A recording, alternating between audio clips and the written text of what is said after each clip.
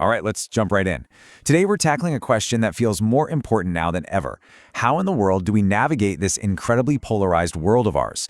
And if you're feeling totally exhausted by all of the shouting and the constant division, yeah, you're in the right place. So, our journey today starts with this really powerful idea. Just think about that for a second. The moment we stop talking to each other and start talking at each other, filled with contempt, well, that's when a simple divide turns into this massive, impossible-to-cross chasm. It's a dangerous spiral that can pull us all down. Exactly. So if the extremes are just pulling us further apart, and all the shouting is just, well, noise, where do we go from here?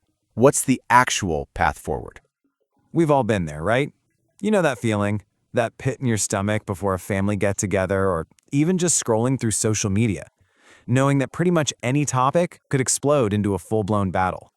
It's a profound exhaustion that just makes you want to unplug completely. But what if there's another way?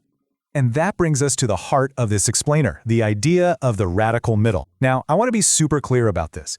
This has nothing to do with being wishy-washy or just not picking a side. Nope.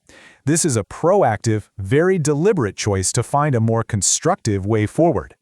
Okay, so here's the big mindset shift. The radical middle isn't some passive place where you just give up. It's an active space. The whole goal isn't about winning the argument, it's about genuinely working to understand why the other person believes what they do in the first place. And this, right here, really tears down a huge misconception. You know, we tend to think of the middle as, apathetic, maybe a little weak, like you're just avoiding conflict. But the radical middle, it is the total opposite. It's active, it's demanding, because man, it takes real work. And at its core, it's just really, truly human. So, that all sounds good in theory, right? But how do we actually do it? Well, our source material lays out this practical toolkit, and it's built on 3 main pillars. This is where we get from idea to action. And these 3 pillars, they really build on one another. First up is practicing reverse empathy. Then we have embracing courageous vulnerability, and we finish with committing to local listening. So let's unpack what each of these really means. All right, pillar number 1, reverse empathy. And right away, let's be clear, this is way more than just feeling sorry for someone. It's a tough, but super important mental workout. It's all about forcing yourself to step outside of your own bubble of certainty. Instead of building your case for why you're right, you try, and this is the hard part, to genuinely imagine why they are so convinced that they're right. The author of our source talks about how growing up feeling like an outsider actually taught them this. It forced them to see that truth can look totally different depending on where you're standing. Okay, on to our second pillar, courageous vulnerability. And yeah, the name itself sounds kind of intense, right? And honestly, that's the whole point. It's all about having the guts to step into that uncomfortable space, especially when you don't have all the answers. There's this fantastic little story in the source material about someone who very reluctantly agreed to coach their kid's soccer team. By just stepping up, by taking on that responsibility, their entire perspective shifted. They built trust, not because they were an expert, but because they were willing to show up and try. That is what vulnerability in action looks like. And that brings us to our third and final pillar, local listening. This is all about taking these huge, abstract national arguments and grounding them in what's actually happening right here in our own communities. Think about it. Arguing about something like renewable energy online with strangers, that's one thing. But, as our source points out, when you actually sit down with your neighbors to talk about a proposed wind farm in your town, the whole conversation changes. Suddenly, you're not debating talking points. You're hearing people's real fears, their real hopes. And that's where the magic happens. That's where you can actually find common ground solutions. So let's put it all together. When you combine these 3 pillars, that reverse empathy, the courageous vulnerability, and the local listening, what does it all add up to? What's the big picture here? All right, let's boil it down to the key takeaways. First, and this is so important, understanding someone does not mean you have to agree with them. Second, real, lasting change, it usually starts small, right in our own backyards. And finally, and if you remember one thing, let it be this. The middle is not a passive place. It is an active, demanding, and courageous place to be. And that really leads us to the final, powerful point. In a world that so often yells that compromise is weak, our source material flips that on its head. Compromise is courage. It takes real, genuine strength to listen deeply, to allow yourself to be vulnerable, and to actively search for that common ground. So I'll leave you with this final thought. This isn't just some abstract theory, right? It's a practice. It starts with one simple choice. So the question for you is, where can you build just one small bridge this week? Thanks for tuning in. Welcome to The Debate. Today we are wading into what might be the most uncomfortable territory in modern discourse. We aren't talking about the left, and we aren't talking about the right. We are talking about the space between them, a space that, according to our source material, is currently a ghost town. A very loud, very angry ghost town. Exactly. We are analyzing the concept of the radical middle, and this is based on the article, The Radical Middle, Bridging Divides Through Courageous Empathy. This piece puts forward a pretty provocative thesis. It argues that the polarization paralyzing our society isn't a failure of policy. It's a failure of behavior. It argues that the only way out is not to crush the opposition, but to undertake a deliberate, often painful commitment to actually understanding them. And I will be taking the position that the radical middle is in fact the only viable path for lasting progress. I'll argue that behavioral changes, specifically empathy and vulnerability, are absolute prerequisites for structural solutions. Right. And I will be taking the position of the pragmatist here. I'll argue that while the radical middle offers, social cohesion, prioritizing listening and compromise might actually be insufficient, especially for resolving high-stakes conflicts, where objective truth matters a whole lot more than mutual understanding. So let's just jump right into the position statements. As I mentioned, I believe the behavioral changes outlined in the text, things the author calls courageous vulnerability and reverse empathy, these are not just soft skills. They aren't just HR buzzwords designed to make us feel warm and fuzzy. They certainly sound like HR buzzwords. They do, I'll give you that, but they are hard prerequisites. Meaningful progress is impossible when polarization is driven by contempt. The article defines the radical middle not as a passive space. It's not apathy, and it's definitely not the moderate stance of just standing for nothing. It is an active, demanding zone where people work to understand rather than defeat.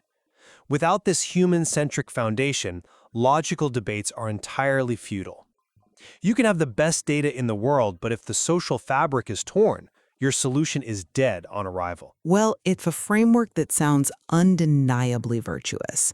I mean, it's the kind of thing you read and nod along to, because it feels right.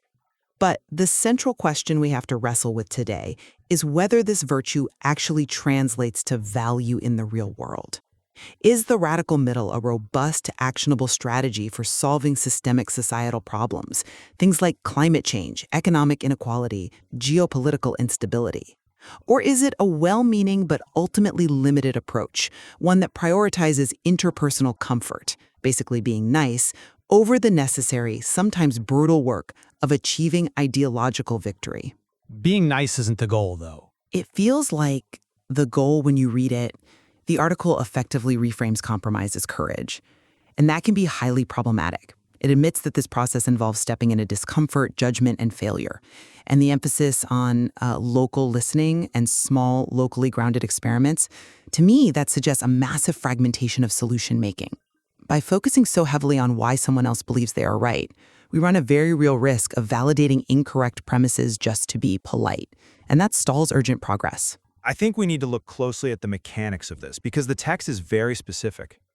The core argument here is that polarization thrives when, quote, contempt replaces conversation. We see this everywhere. It's not just that we disagree on tax rates anymore. It's that we hold a moral dismissal of the other person. We literally view them as lesser.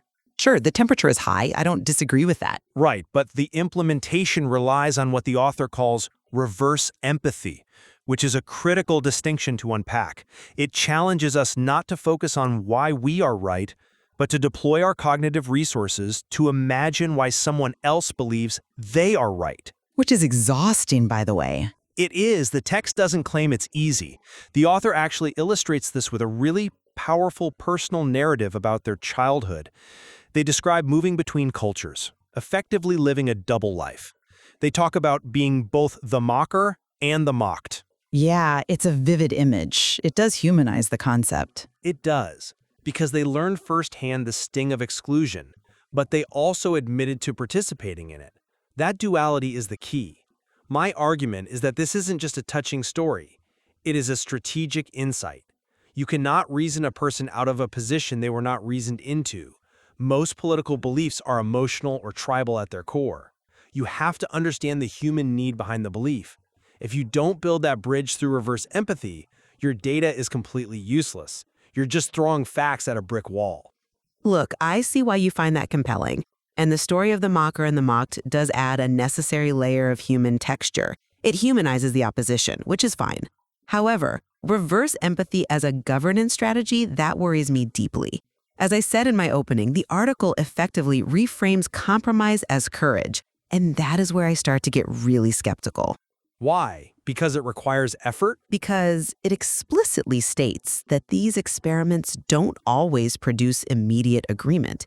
It admits this process involves stepping into failure. But isn't that honesty refreshing? I mean, usually political frameworks promise utopia. This one actually promises work. It's honest, yes, but is it effective? That is my yardstick. When we prioritize reverse empathy, when we spend our very limited time validating the internal logic of an opponent, we run a very real risk of validating incorrect premises. If I am debating a policy that is factually wrong, say a public health stance that actively endangers lives, trying to empathize with the truth of the other side might soften the conflict, but it completely obscures objective reality. You don't have to agree with their reality to understand how they got there. But we spend so much time understanding why they think the Earth is flat that we forget to prove it's round. The text suggests we focus on local listening and small, locally grounded experiments. That might make people feel heard, sure, but are we actually solving the macro problems? I think you're conflating validation with understanding. You can understand a dangerous idea without validating it. In fact, I would argue that understanding it is the only way to dismantle it safely. If you don't understand the root of why people believe the Earth is flat, you're just hacking at the leaves. You'll never cure the underlying distrust. I just don't think we have the time to be everyone's therapist. It's not about being a therapist. It's about effective leadership. Which brings us to the first major friction point we should probably debate: the utility of vulnerability versus the risk of weakness. This is really where the rubber meets the road in the text. The article introduces courageous vulnerability using the anecdote of the author reluctantly becoming a youth soccer coach. Right. A charming story, I'll grant you. It paints a nice picture of community involvement. But it is hardly a geopolitical crisis. True, but the mechanism is universal. The author didn't want to do it. They were reluctant. They weren't an expert player by any means, but by stepping up, by taking responsibility, and this is the crucial part, being willing to fail in front of others, they built trust. The text cites organizational research showing that trust grows when people openly engage rather than just remaining on the sidelines and critiquing. Okay, but And let me just finish this point. My argument is that this vulnerability is a strength. It fundamentally reshapes leadership. It moves us away from the ego-driven leader who claims to have all the answers toward a leader who says, I am here, I am trying, and I might fail.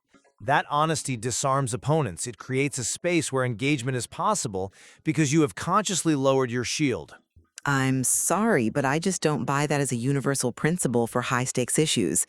Let's look at the soccer coach analogy closely. In a youth sports setting, reluctance and a willingness to fail are endearing. They lower the stakes. The parents say, oh, look, he's trying his best. Good for him. It builds community. Yes, but apply that to a leader navigating a public health crisis or a massive economic collapse. Do we want a leader who is reluctant? Do we want a national strategy that relies on a willingness to fail? We want a leader who is honest about the complexity of the problem. A leader who pretends to be infallible is brittle. When they inevitably make a mistake, and they will because complex systems are unpredictable, their authority completely shatters. The leader who admits complexity and vulnerability builds resilience because they've already acknowledged the difficulty to their constituents. But honesty about complexity is entirely different from the strategic disadvantage of vulnerability. The text acknowledges that the middle can be seen as passive or weak. Now, the author denies this interpretation, asserting it is active, but I would argue that in a polarized environment where the opposing side is almost always operating with absolute certainty and aggression, stepping into discomfort without a guarantee of success is a massive tactical error. So you just fight fire with fire? If one side is listening to understand and the other side is speaking to conquer, the listener loses. every time. Courageous vulnerability sounds noble, but is it appropriate when your opponent views your vulnerability as an opening to dismantle your position? You are effectively bringing a handshake to a knife fight. You are viewing this as a zero-sum war, where one side dominates and the other submits. The text is arguing that the war metaphor itself is exactly why we are stuck. If you meet aggression with aggression, you just get escalation. Vulnerability is a disruption pattern. It changes the game entirely. A disruption pattern that leaves you exposed. If you admit you don't have all the answers, you invite the other side to contribute. Suddenly, they aren't an enemy you have to defeat. They are a collaborator. You de-escalate the conflict by flat-out refusing to play by the rules of dominance. Or they are a predator who sees blood in the water. I think that depends entirely on the good faith of the opponent, which this framework assumes but absolutely cannot guarantee. That is the risk. The text admits it requires courage precisely because it is risky. But let's look at the alternative. If we don't take that risk, we stay in the trenches, shelling each other forever, which leads us to the second core conflict of the text: local listening and the problem of scale. You mentioned earlier that this approach feels fragmented. I would argue that fragmentation is exactly what we need to break up the monolith of polarization. Please elaborate on that. Because to me, fragmentation just sounds like inefficiency. It sounds like 1,000 little town hall meetings that result in absolutely nothing. The article uses the example of renewable energy conflicts. This is a massive, systemic issue. It's a technological imperative. We need green energy. But the text points out that large top-down solutions often fail. Why? Because they completely ignore local fears and realities. When a massive infrastructure project is dropped onto a community without prior engagement, the community resists, and not necessarily because they hate clean energy, but because they feel unheard and overrun. They feel like pawns in someone else's game. Well, this is just the classic NIMBY problem. Not in my backyard. It's a tale as old as zoning laws. Exactly. And how do we usually treat NIMBYs? We roll our eyes, we call them selfish, and we try to steamroll them with federal or state mandates. And what happens? They sue, they protest, they vote out the politicians, and the project dies in litigation. The text argues that real listening, listening to understand, not to argue, leads to creative, workable compromises. Workable for who? For both sides. Maybe the wind farm moves 2 miles west. Maybe the community gets a stake in the revenue. These compromises are vastly superior to abstract debates that just result in gridlock. You can have the best theoretical solution in the world, but if the local reality rejects it, it's worthless. That is a compelling argument for local politics, I'll admit. If we were talking about where to put a park bench or a new traffic light, I'd be right there with you. But have you considered the efficiency cost on a global scale? Scale is just a collection of local realities. But the text explicitly admits that these experiments don't produce immediate agreement. It champions small, locally grounded experiments. Now look at the scale of the problems we actually face. Climate change, wealth inequality, failing healthcare systems. These are global, systemic beasts. If the radical middle relies on small, local experiments that require intense emotional labor and listening sessions for every single project, it is by definition limited in scope and speed. But speed in the wrong direction, or speed that just hits a brick wall of local resistance, is not progress. It's wasted energy. Perhaps. But my concern is that listening to understand can very easily become a form of procrastination. The text praises unlikely allies in small actions. But if the goal is solving massive systemic divides, this approach is simply too slow. The ice caps aren't waiting for us to have a listening circle. That's a bit reductive. Is it? Furthermore, focusing on local listening implies that the local perspective always holds a valid piece of the solution. Sometimes it doesn't. Sometimes the local perspective is simply uninformed, protectionist, or scientifically illiterate. By elevating listening to a primary virtue, we might be obscuring the fact that some arguments need to be won, not just understood. We risk validating the resistance to necessary change by treating it with way too much reverence. I think you are severely underestimating the friction of winning without buy-in. If you force a solution, if you win the argument on paper but alienate the population, you haven't actually solved the problem. You've just suppressed the symptom. You create a resentful population that will spend the next decade trying to undo your work. The radical middle is trying to build a foundation where the solution actually sticks. It's about sustainability, not just implementation. But does it stick? Or does it just get watered down until it's totally ineffective? Which leads to our third point of contention, and perhaps the most philosophical one in the text. The distinction between understanding and agreement. The text emphasizes a key takeaway. It says, understanding doesn't require agreement, but it does require effort. Yes. And I believe that distinction is the framework's greatest strength. It liberates us. It takes the pressure off having to win every single interaction. And I find it to be the framework's most fragile point. It feels like a massive cop-out. Why? The goal of the radical middle isn't immediate consensus. It's removing the contempt that prevents the conversation from happening in the first place. If I can understand why you believe what you believe, if I can map the human experience that led you to your conclusion, even if I think you are entirely wrong, I am no longer demonizing you. We are no longer enemies, we are opponents. It's a semantic difference. It is a massive shift. The text posits that the radical middle is about bridging the divide to make future solutions possible. We are playing the long game here. We are tilling the soil so that something can actually grow, rather than throwing seeds onto concrete and wondering why they die. But let's look at the bottom line provided in the text. It promises that this process leads to practical solutions. That is the promise on the tin. My critique is that if you separate understanding from agreement, you risk creating a perpetual state of healing without ever reaching those practical solutions. The text speaks of unlikely allies, but if those allies never actually agree on the fundamental issues, if they just understand each other's trauma or backstory, can they actually achieve the lasting change claimed? Or do they just have a really nice dinner together while the world falls apart? They can find the areas where they do agree, which are almost always obscured by the screaming match of the extremes. That is the entire point. When you stop shouting, you might find you both want safe neighborhoods, even if you disagree on policing tactics. You both want economic opportunity, even if you bitterly disagree on tax brackets. You start with the overlap. The radical middle is about expanding that overlap. But the overlap is often trivial compared to the divergence. Politics and societal change are ultimately about leverage and force of will. It's about allocating scarce resources. If the radical middle guarantees effort but not agreement, it just creates a sanctuary for the indecisive. It feels really good to be in a room listening.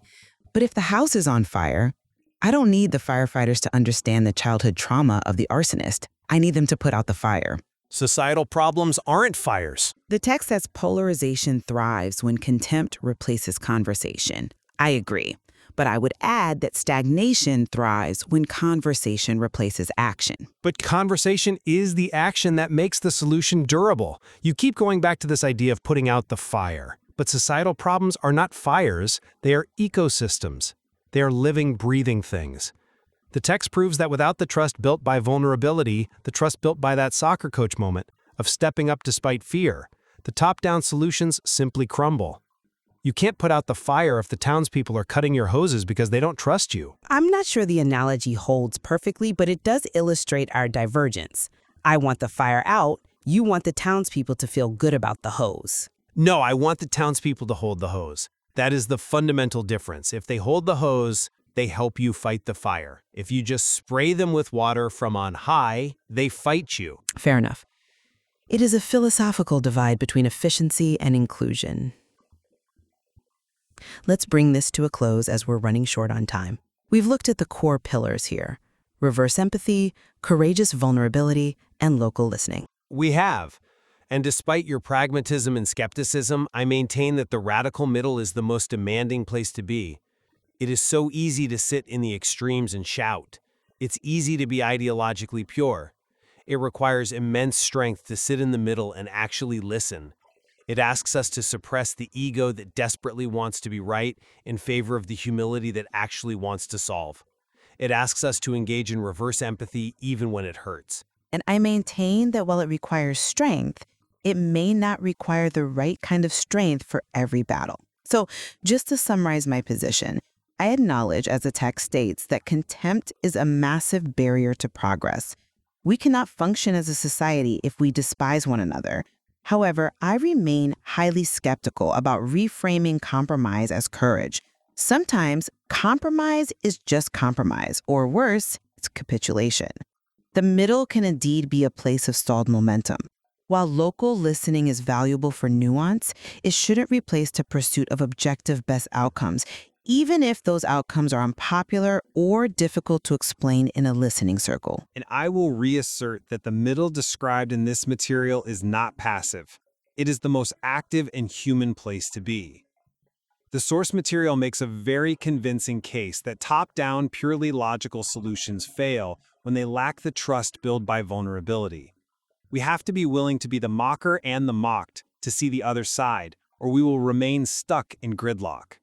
I conclude that the risk of failure in the radical middle, the risk that we might try and not succeed immediately, is vastly preferable to the certainty of stagnation that comes from remaining in our polarized extremes. It really comes down to a choice between the messiness of human connection and the clarity of ideological purity. Precisely, and the text challenges the listener to examine their own role in this dynamic. Are they on the sidelines critiquing the game, or are they in the arena, risking failure to build a bridge? It challenges us to ask if we are brave enough to listen, or perhaps brave enough to stand firm when listening just isn't enough. That is for our listeners to decide. Thank you for joining us for another edition of The Debate. Until next time. I want to start today by asking you to do something that, well, it might actually be a little bit uncomfortable. You're setting a pretty heavy mood right out of the gate today. I am, yeah. Because I really want to tap into a very specific physical sensation. So I want you to vividly imagine the last time you opened up a social media app, or, turn on a cable news channel. Right. Or even just overheard a really heated conversation at the table next to you in a coffee shop. Oh, yeah. That happens all the time. Right. And when you see that headline or you hear that very specific buzzword that immediately signals, the other side is talking, what actually happens in your body? Oh, it's visceral. It is. Do your shoulders tense up? Does your jaw clench? Do you feel that literal little spike of cortisol just hitting your bloodstream? It's the classic fight or flight response. Exactly. But the thing is, in our modern information ecosystem, we can't really flee. You can't run away from the internet. So we just kind of sit there in this permanent state of low-grade fight. Yes, a state of fight. And for a lot of people, and I'm definitely including myself in this, that reaction isn't even really ire anymore. No. Because think about it, anger implies that you actually have the energy to do something about it.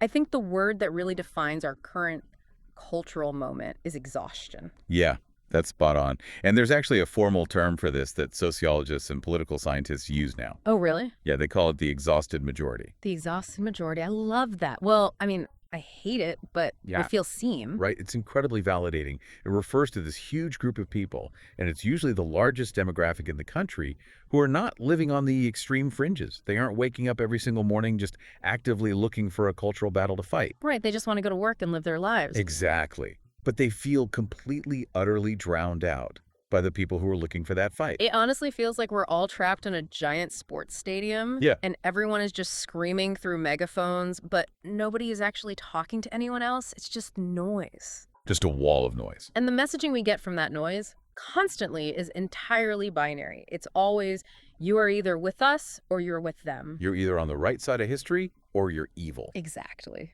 Good or evil, black or white. And we have to acknowledge why that happens. That binary framing is just incredibly effective at generating engagement. The algorithms love it. They feed on it. But while it's great for clicks, it is absolutely terrible at actually solving complex real-world problems. Because it forces every single nuance into one of two buckets. Right. And here is the trap that I think a lot of us fall into. If you are part of that exhausted majority and you're just tired of the screaming, and you really don't want to be sorted into the good bucket or the evil bucket, you naturally just think, okay, I'll just go stand in the middle. Sure, you look for the neutral zone. But, and this is the absolute core tension that we are going to wrestle with on our deep dive today, we have been deeply conditioned to think of the middle as the worst possible place you could be. Ah, yes. The mushy middle. Yes. the mushy middle. It's seen as the place for people who have no spine, the place for people who just can't make up their minds. We view the middle as this totally passive, weak space. Like, it's the color beige. It's where you go to hide when you just don't have the guts to pick a side. That is exactly the prevailing cultural narrative. Pick a side or get out of the way. But the source material we're unpacking today flips that entire narrative completely on its head. It really does. Because the argument here is that the middle is not a place of weakness at all. Not even a little bit. In fact, the source argues that the middle is actually the most dangerous, the most active, and the most physically and emotionally demanding place you can stand. So the title of the book we're exploring is The Radical Middle, Bridging Divides Through Courageous Empathy. Now, I have to be completely honest with you. When I first saw that title, my corporate buzzword alarm was blaring. I don't blame you. Because courageous empathy, I mean, that sounds exactly like something you'd see on a motivational poster in an HR office, right next to a picture of like a soaring eagle or a rowboat. Yeah, teamwork makes the dream work. It sounds a bit soft on the surface, for sure. But once I actually got into the text, I realized pretty quickly this is not a book about holding hands. No, definitely not. It's not about just being nice to people. It is a tactical manual. It reads almost like a manifesto for how to operationalize the middle ground and use it as an actual weapon against polarization. I think that's a really fair assessment. The author's whole thesis is that we as a society have confused moderation with passivity. Right. We think that being in the middle means doing absolutely nothing. But the source defines this radical middle as a space of extremely high-tension activity. It's not the absence of conflict. It is the active management of conflict. So our mission for this deep dive is to take this concept completely apart. We're going to look at the 3 foundational pillars the author lays out, Which are reverse empathy, courageous vulnerability, and local listening. Yes. And I want to be really clear to you listening right now. We are not just going to give you dictionary definitions of these terms. We're going to look under the hood at the mechanics. How do they actually work in the real world? Exactly. Why do they sometimes fail? And practically, can you actually use them in your own life without just getting crushed by the extremes? And we've got some pretty heavy case studies from the text to ground this. We have a fascinating story about a renewable energy conflict that perfectly illustrates why these big national political arguments completely fail at the local level. It's a great story. And we also have a story about, of all things, youth soccer. Which, honestly, let's be real, is often way more vicious than national politics. Oh, it absolutely is. Right. The sidelines of a U8 soccer game. That is an absolute masterclass in human psychology and conflict. We will definitely get to that. But first, let's establish the territory here. We really need to define what the middle actually is, because clearly we get it wrong. So why do we instinctively feel that the middle is weak? Well, it really comes down to the physics of social groups. Extremes are loud. And more importantly, extremes signal virtue. What do you mean by that? Think about it. If I shout a really aggressive slogan from the far left or from the far right, Yeah. I am immediately signaling to my specific tribe that I am a loyal soldier. Right. And in return for that signal, I get safety, I get applause, I get retweets and likes. It's a massive dopamine loop. You signal your loyalty and you get instant validation from your group. Exactly. It feels good. Yeah. But if I stand in the middle and I say, well, it's really complicated, or I say, I agree with point A from this side, but I also see the value in point B from that side, what do I get? You get nothing. I get absolutely nothing. Actually, it's worse than nothing. The left calls me a sellout and the right calls me a squish. I become politically homeless. So the mushy middle, that passive version we talked about, that's when you stand in the middle purely because you're afraid to fight. Correct. The mushy middle is an act of avoidance. It's a person putting their hands up and saying, I just don't want to get involved. Please leave me alone. But the radical middle is completely different. Right. The author uses this great visual. Think of a stone archway. Like an old architecture. Exactly. The stone right in the top center, the keystone. That stone is under the most physical pressure of any piece in the entire structure. Because it's bearing the weight of both sides. Yes. It is constantly being pushed intensely from the left and pushed intensely from the right at the exact same time. And if that keystone crumbles, the whole archway falls down. Precisely. The radical middle is the keystone of a functioning society. It is the active, exhausting maintenance of tension.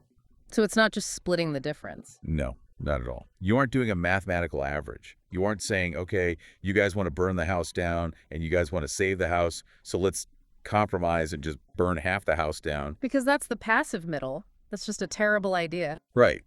The average of a really good idea and a terrible idea is still a bad idea. So the radical middle is about holding that extreme tension between completely opposing viewpoints to forge a third way that actually works. And to do that, the source identifies a very specific enemy of this work.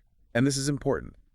The enemy is not disagreement. Right, because we can survive disagreement. I mean, democracies are literally built on the foundation of disagreement. Exactly. Disagreement is healthy. The actual enemy of the radical middle is contempt. Contempt.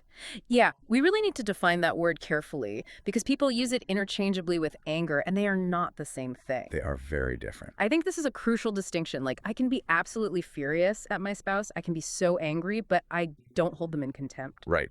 The source references the research of John Gottman here, which is fascinating. Oh, the relationship psychologist. Yes, the famous one.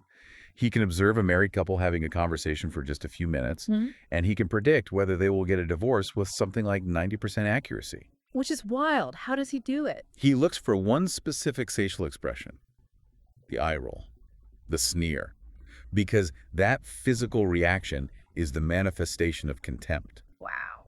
Anger says to someone, you did something bad, but contempt says, you are bad. It's an attack on their fundamental worth as a human being. Yes.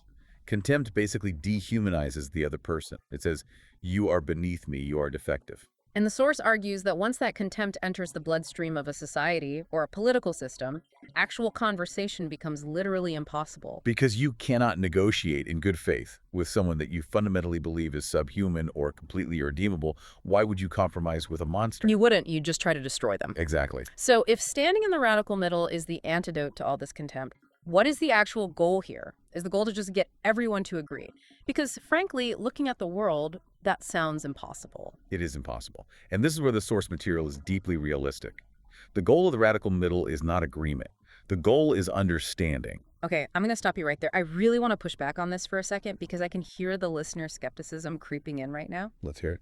Because understanding sounds a lot like a participation trophy. If I am fighting for something that I believe is critically important, let's say it's healthcare access or free speech or civil rights, why on earth should I settle for just understanding the person who is actively trying to stop me? I don't want to understand them. I want to win.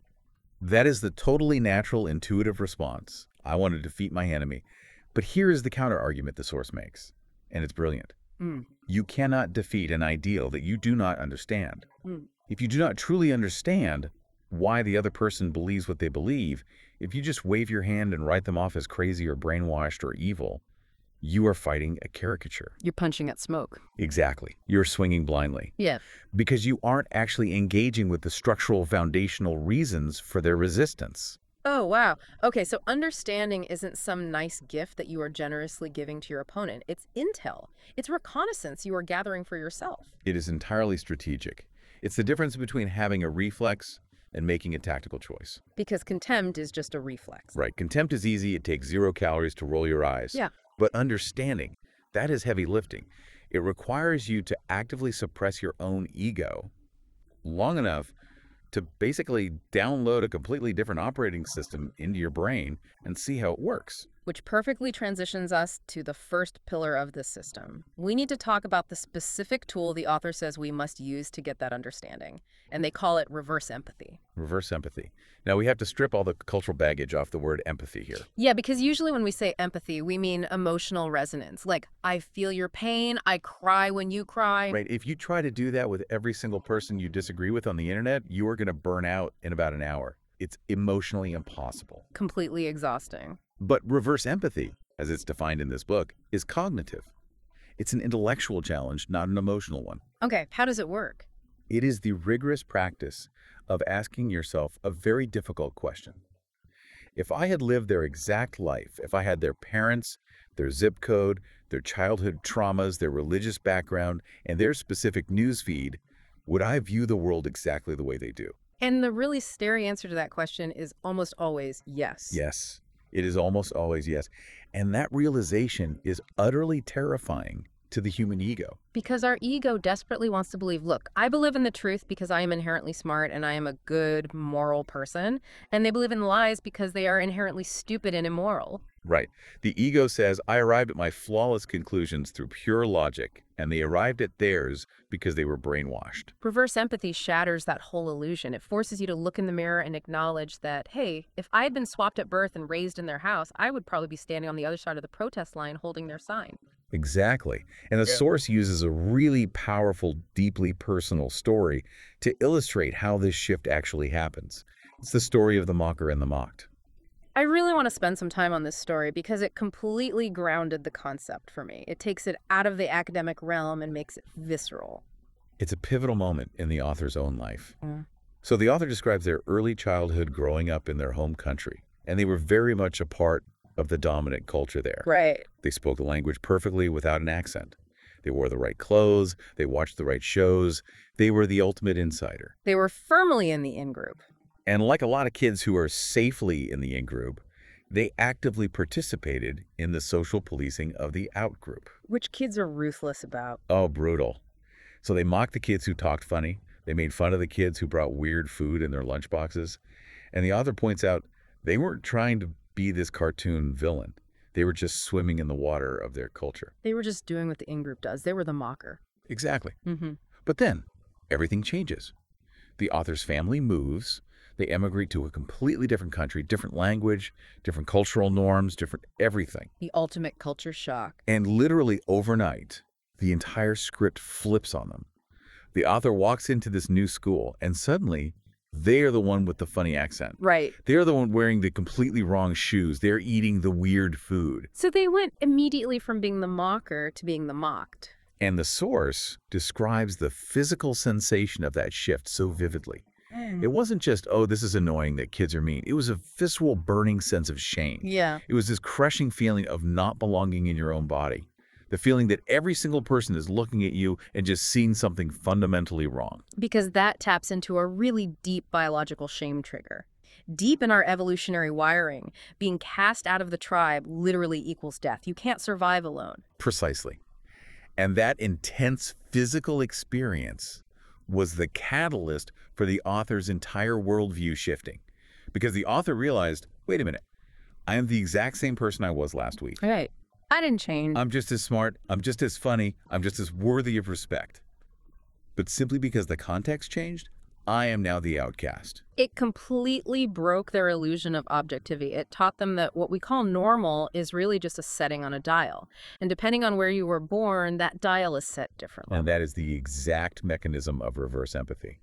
It is the profound realization that the people mocking you, or the people voting against your interests, or the people yelling at you on social media, they aren't necessarily monsters. They're just people operating on a completely different set of default settings. Exactly. But I want to play devil's advocate again here, because I think there is a huge trap in this line of thinking. Okay, what is it? If we go too far down this road and we start saying, oh, well, they are just a product of their environment, don't we seriously risk excusing genuinely bad behavior? Like, if I use reverse empathy on a bully or a bigot, am I not essentially validating their bigotry? This is such an important point. It's what the source calls the empathy versus endorsement trap. It is easily the most common objection people have to this entire philosophy. Because it feels like if I offer you understanding, I am handing you my signature of approval. Right. Saying, I understand why you're a white supremacist sounds dangerously close to saying, it's okay that you are a white supremacist. Oh, exactly. That's the fear. But the source argues very forcefully that we have to decouple those two concepts entirely. Empathy is data gathering. Endorsement is moral judgment. And they are not the same thing. Okay, unpack that. You can, and if you want to be effective, you absolutely must gather data on your adversary. Think about a hostage negotiator. Okay. A police negotiator stands outside a bank. They have to empathize with the bank robber who took hostages. They have to deeply understand the hostage taker's fears, their twisted logic, their desperate needs in that moment. To figure out how to talk them down. Right.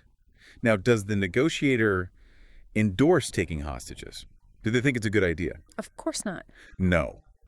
But if the negotiator just stood outside with a bullhorn and shouted, "You are a terrible, evil person, and I refuse to understand you," what happens? The hostages die. The hostages die.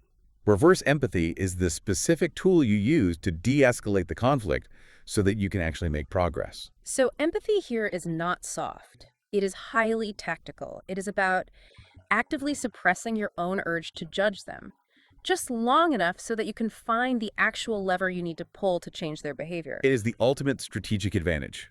Honestly, if I understand you better than you understand me, I have the upper hand in any negotiation. Man, that is a powerful reframe. Okay, so reverse empathy is the internal work. That's what happens quietly inside your own head. But obviously you can't just sit alone in your room empathizing forever. No, eventually you have to go outside. Right, eventually you have to interact with these people. And that brings us to the second pillar of the radical middle, courageous vulnerability. This is where we move from the cognitive space into the interpersonal space. And again, we really need to look at how we use the word vulnerability. Because thanks to people like Brené Brown, who is amazing, Yeah. we talk about vulnerability a lot now, but we usually talk about it in the context of personal therapy or intimate relationships. Right, sharing your feelings.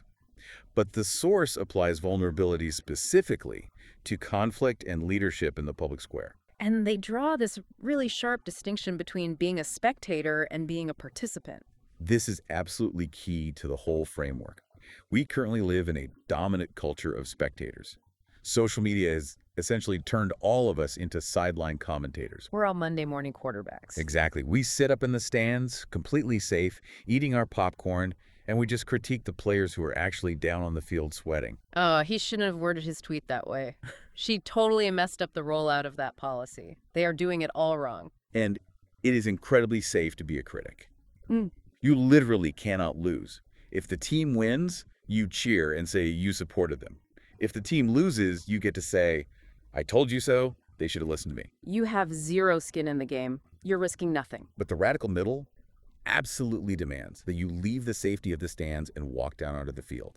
And the very second you step onto the field, you become vulnerable. Because now you can be tackled. You can be tackled, you can drop the ball, you can make a terrible mistake, and everyone in the stands will laugh at you.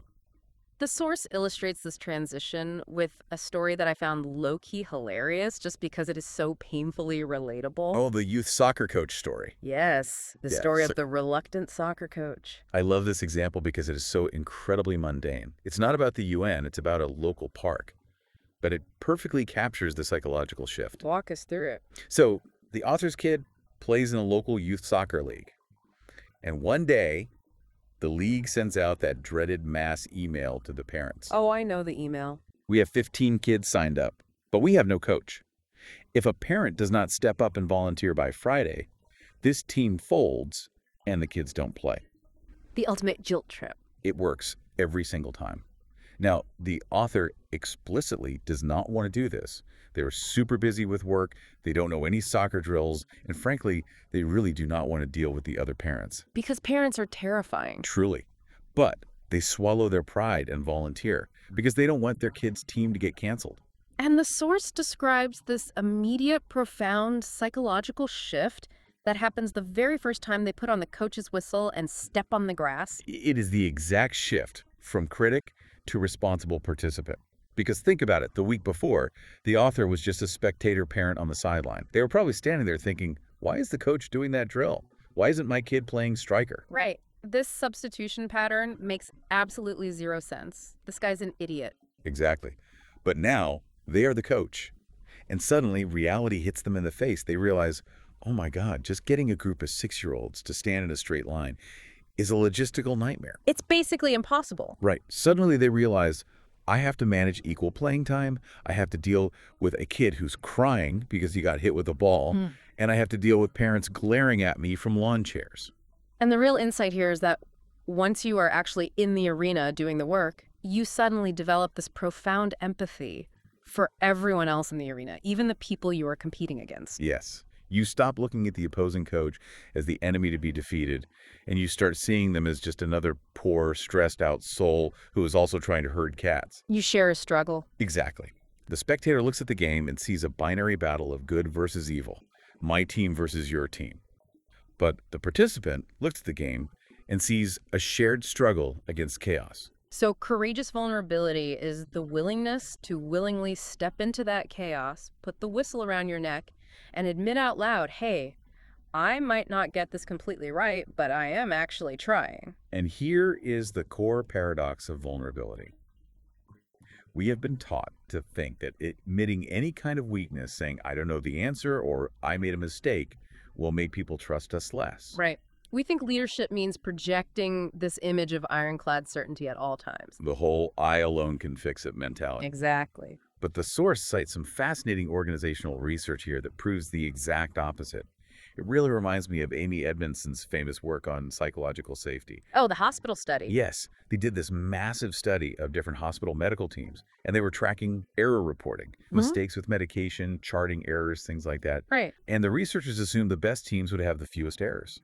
But they found something crazy. The teams that reported the most errors were actually the highest performing, safest teams in the hospital. Wait, okay, walk me through that, because on the surface, that makes no sense. If they are making the most errors, how are they the best doctors and nurses? Because they weren't actually making the most errors, they were admitting the most errors. The teams with the low error rates were just hiding all their mistakes. They were terrified of being punished or looking incompetent, so the errors got swept under the rug, the protocols never got fixed, and patients were actually in more danger. Wow. Okay, so the highly vulnerable teams felt safe enough to say, hey guys, I almost gave the wrong dosage here, or I completely forgot to double check this patient's chart. Yes. Yeah. And because they had the courageous vulnerability to admit the near miss out loud, the entire team could look at it and say, okay, why did that happen? Let's fix the intake protocol so it doesn't happen again. They learned from it. Exactly. Vulnerability literally builds the immune system of the group. If you are pretending to be perfect, you are actually incredibly fragile. Because one public mistake, one crack in the armor, and your whole image shatters. But if you are authentically vulnerable, you become anti-fragile. You adapt and grow stronger from stress. Exactly. Now bring this back to political polarization. Think about how this applies. Right. How does this fix the exhausted majority? Well, when a politician or a community leader stands up and says, I have absolutely all the answers, and anyone who disagrees with me is a complete idiot, that is a shield. And shields invite attacks. Right. It dares the other side to find a flaw. But what happens if a leader stands up and says, look, this is a really, really hard problem. I am genuinely worried about aspect X, but I hear that you are genuinely worried about aspect Y. I do not have a perfect solution right now, but I want to get in the room and build one with you. Man, that completely disarms the critic. It is incredibly hard to punch someone in the face when they're actively saying, I need your help. It fundamentally changes the dynamic from combat to collaboration. It sends a clear signal. I'm not trying to dominate you. I'm trying to work alongside you. But that requires immense courage because you are exposing your throat. You are publicly admitting that you aren't omnipotent. But the payoff for that risk is trust. And trust is the absolute currency of the radical middle.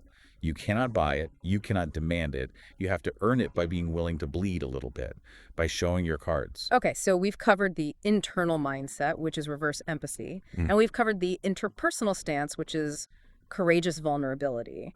Now we really need to scale this up. Right. We need to look at the macro level. How do we actually apply these concepts to an entire community, especially a community that is actively fighting over resources or deeply held values? Which brings us to the third and final pillar, local listening. This is where the theory hits the pavement. The source makes a really compelling argument that the vast majority of our toxic polarization comes from top-down narratives. Top-down meaning national media and federal politics. Exactly. We have these massive, abstract, philosophical fights. Capitalism versus socialism. Liberty versus safety. The environment versus the economy. The big culture wars. Right. And we constantly try to jam those massive, abstract fights down onto highly specific local realities. It's like trying to fit a square peg into a round hole, but the square peg is currently on fire. That is a very accurate, if terrifying, image. So the source heavily advocates for the exact opposite approach, bottom-up problem solving. And they call this local listening. Meaning you ignore the national debate. You completely ignore the national talking points from cable news.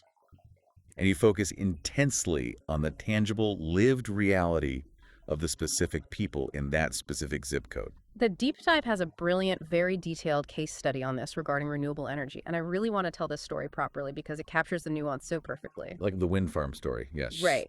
So I want you to picture a rural farming community somewhere in the American Midwest. Rolling hills, big skies. These are ranching families who have literally been working this exact piece of land for 4 or 5 generations. Okay, I'm picturing it. Very rooted community. Very rooted. And then a major renewable energy developer comes to town. The classic suit from the city. Exactly, the suit with the briefcase. Now, if you look at this strictly on paper, this developer has all the high ground. They have massive federal grants. They have the urgency of global climate science backing them up. They have all the engineering permits. They have a very clear top-down mandate. We need to build clean energy immediately to literally save the planet. Which, obviously, is a highly valid, critical global argument. Absolutely. So the developer does what developers do. They hold a town hall meeting in the local high school gym. The developer sets up the projector, puts up the PowerPoint slides. They show the graphs. They show the megawatt efficiency projection. I mean, the math. Right. And they basically stand up and say, good news, everyone. We are going to build a state-of-the-art wind farm right on top of your ridgeline, and it is going to power 50,000 homes. You're welcome. And how did the room react to that presentation? It was an absolute disaster. The people in the room weren't just politely skeptical. They were genuinely furious. They were ready to run this guy out of town. But here's where the listening part actually comes into play. Because initially, the developer completely misread the room. They thought the resistance was about the science. Oh, of course. They thought, oh, these rural people must be climate change deniers. Exactly. Or they thought they're just anti-technology backward hicks. That is the ultimate top-down assumption. If you disagree with my perfectly logical solution, you must simply be ignorant of the problem. Right. So what does the developer do? They try to argue harder using more facts. Look at the carbon reduction numbers. Look at the temporary construction jobs we're bringing. Which never works. No. The harder the developer pushed the facts, the angrier and more dug in the ranchers got. Psychologists call that reactance. When you push people, their brain automatically pushes back. So it's a total deadlock. Mhm. How did they finally break it? Well, the source describes this incredible pivot. The lead negotiator for the wind project finally realized, okay, we are losing this fight. The top-down approach is dead. So what did they do? They literally walked over and turned off the projector. They stopped talking about megawatts and global carbon credits. And they sat down and asked a completely different question to the room. Which was? They asked, what does this specific piece of land mean to you? Oh, wow. That is a very risky question for a data-driven engineer to ask. It's completely unquantifiable. It is. You can't put that on a spreadsheet. But that question completely opened the floodgates. Because they finally felt invited to speak, one older rancher stood up. And this is the quote from the text that really stuck with me. What did he say? He pointed out the gym window toward the ridgeline, and he said, my family has looked at that exact ridgeline for 4 generations. You look up there and you see a wind resource. I look up there and I see my grandfather's grave. Oh, man, wow. Right. And once he opened up, another person stood up and talked about their deep anxiety regarding the low-frequency noise from the blades affecting their livestock. Real, practical, local concerns. Yes. And another person talked about this underlying existential fear that this wind farm was just the first step in the city elites slowly buying up all the land and completely erasing their rural way of life. And so the conflict wasn't actually about energy policy at all. It was about identity. It was about grief and the fear of loss. Exactly. Their fear wasn't, I hate wind turbines. Their fear was, my family's legacy is being erased by outsiders. And once the developer heard that, like really truly engaged in local listening and heard the emotion beneath the anger, then they could finally engage in what the source calls creative compromise. Because now they knew what they were actually negotiating over. So what did the compromise end up looking like? It was brilliant. They completely redesigned the engineering of the project. They moved the turbines down behind the crest of the ridgeline. Ah, so the view from the valley remained totally untouched. Yes. Now, did it cost the developers significantly more money to build the access roads back there? Yes. Was it slightly less aerodynamically efficient on paper? Yes. But it explicitly respected the local, unquantifiable value of that view. Exactly. And they didn't stop there. They also completely scrapped the standard land lease model, and they set up a community ownership model. I mean, what? Meaning the local ranchers didn't just get a one-time payout, they actually got a percentage of the ongoing revenue generated by the turbines. That is massive. So they literally turned the locals from victims of progress into actual business partners in the progress. Exactly. And the end result was that the project actually got built. But here is the real kicker of the story. Yeah. At the end of it, at the ribbon-cutting ceremony, You had these coastal environmental activists and these deeply conservative ranchers standing there clinking glasses and toasting each other. Unlikely allies. Yes, unlikely allies. That is the absolute hallmark of the radical middle. Because you put those two exact groups of people on a national cable news stage, Yeah. they were supposed to mortal enemies. The activist assumes the rancher is an ignorant climate denier, and the rancher assumes the activist is a radical socialist trying to destroy America. But on the local stage, when they stripped away the national buzzwords and just focused on the physical reality of that specific ridgeline, they found a structural solution that genuinely worked for both of them. This circles right back to this profound idea that national politics is almost entirely about identity. It's about answering the question, who am I? But local politics is highly practical. It's about answering the question, how do we fix this broken thing? Reality is an incredible unifier. It really is. I mean, potholes do not have a political party. A broken bridge is not left-wing or right-wing. It's just broken. When you focus relentlessly on the tangible, specific local problem, you can entirely bypass the abstract identity war. But I really want to highlight the chain of events in that story because it ties the whole system together. The three pillars. Right. The developer had to first use reverse empathy to stop looking at the ranchers as ignorant enemies. Yes. Then they had to have courageous vulnerability to turn off their fancy projector in front of a hostile room and admit that their brilliant plan wasn't working. Which takes guts. And only after they did those two things could they genuinely engage in local listening to uncover the real problem and find the solution. It is an interconnected ecosystem. You really can't pick and choose which pillar you want to use. They rely on each other. Exactly. If you just listen to people without having empathy, you're really just hearing noise. You aren't understanding it. And if you have a ton of empathy, but you have zero vulnerability to act on it, you're just feeling sorry for people from the sidelines without actually empowering them to change. You absolutely need all three pillars to support the bridge. I want to zoom in on that phrase you used earlier, creative compromise.